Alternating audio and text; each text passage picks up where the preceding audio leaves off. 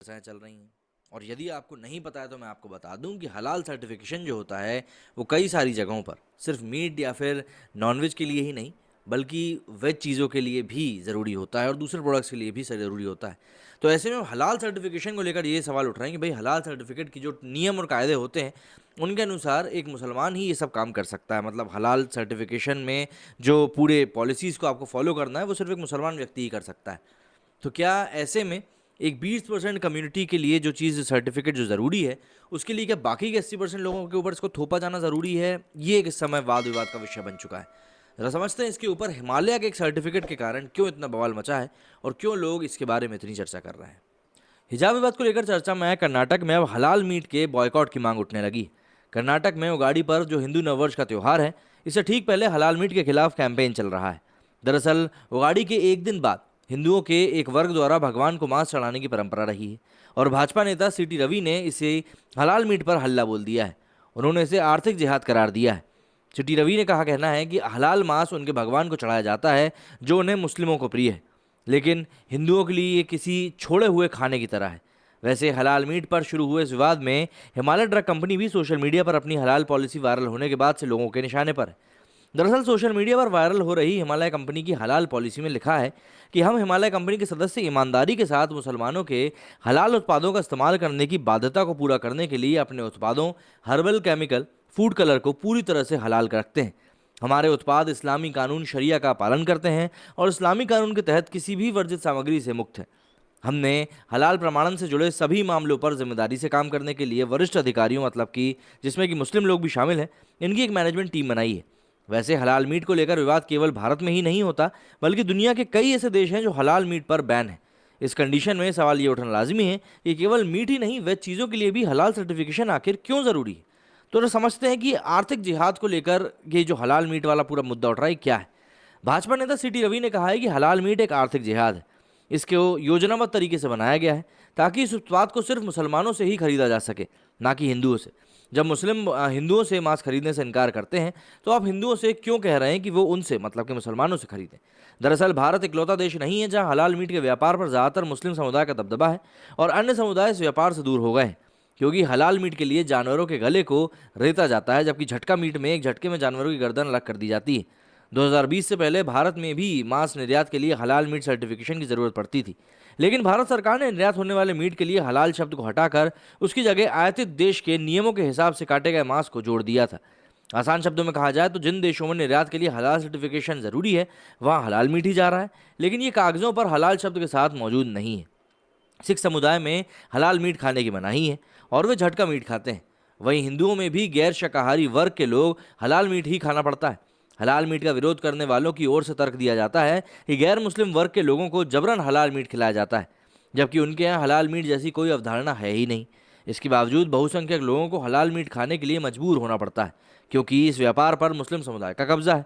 भारत में पिछले कुछ सालों में ये विरोध काफ़ी बढ़ गया है और कहा जा सकता है कि भारत सरकार ने देश के बहुसंख्यक हिंदू आबादी को ध्यान में रखते हुए ही निर्यात किए जाने वाले मीट से हलाल शब्द को हटाया था। बीते साल उत्तरी दिल्ली नगर निगम ने एक प्रस्ताव को मंजूरी देते हुए तय किया था कि मीट शॉप्स और रेस्टोरेंट को बताना होगा कि वो हलाल है या झटका मीट में से आखिर वो क्या बेच रहे हैं या क्या परोस रहे हैं। अगर कोई ये सोच रहा है कि हलाल शब्द केवल मीट तक ही सीमित है तो ये पूरी तरह से गलत है। हलाल सर्टिफिकेशन केवल मीट के लिए ही नहीं बल्कि निर्यात होने वाले खाने की चीज़ों, दवाइयों तक के लिए ज़रूरी है। इतना ही नहीं, भारत में भी उत्पादों की बिक्री के लिए हलाल सर्टिफिकेशन बहुत ज़रूरी होता है। इसके लिए हलाल इंडिया नाम की सर्टिफिकेशन संस्था है जो कि तमाम शाकाहारी उत्पादों को हलाल सर्टिफाइड का टैग देती है।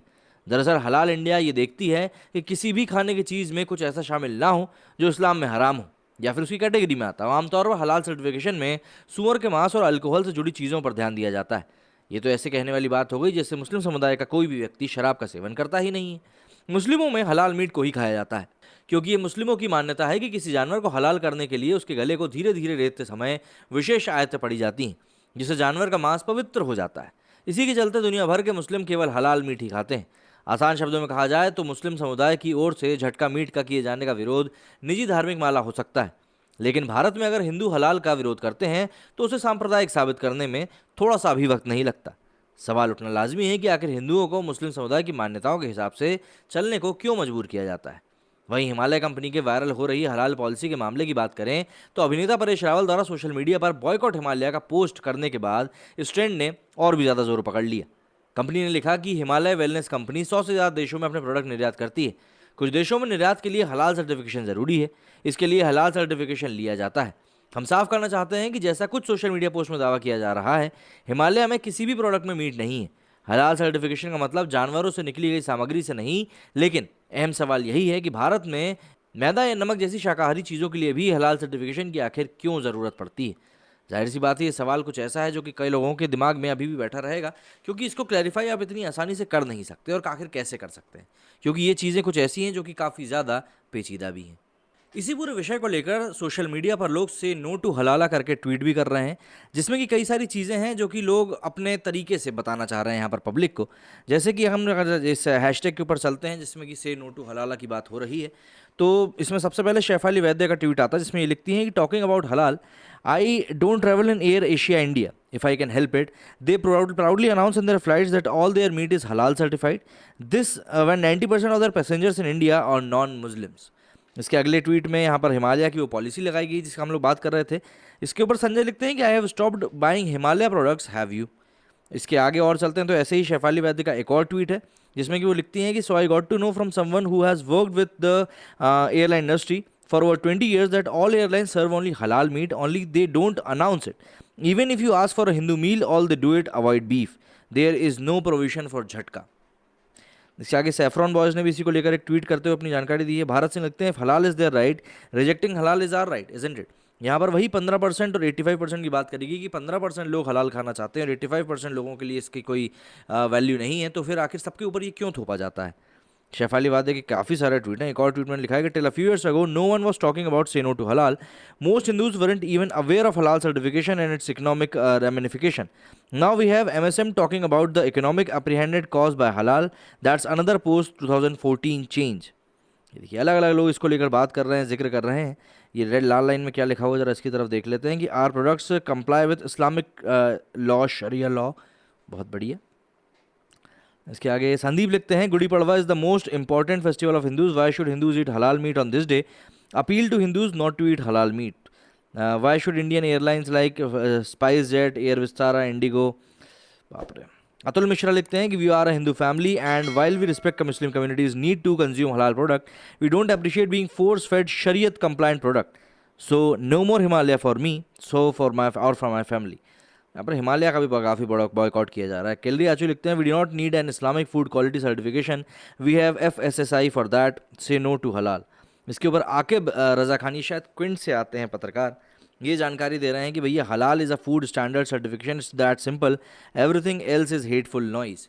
तो फिर हर जगह हलाल के लिए सिर्फ क्या बोलूँ हम, सभी लोग जानते हैं। Dear Hindus wake up, please do not encourage anti Hindu people and their products in India. If Tamil Nadu Tawheed Jamaat can issue fatwa to Patanjali, then I have every right to say to now halala. Boycott Himalaya. I'm the consumer. My money, my right. If you are buying or eating halal food, you are contributing towards terrorism. देखिए यहाँ पर इस तरह की बातें भी अब निकल कर सामने आ रही हैं और पब्लिक मुखर होकर अपनी बात कह रही है। अब जिस भी तरीके से हम बात करना चाहेंगे, हमको ये चीज़ें घूम फिर कर कहीं ना कहीं सही लगेंगी, आप कितना ही इसके ऊपर बात कर लें। मेरे स्टूडियो फिलहाल इतना ही। जय हिंद, जय भारत।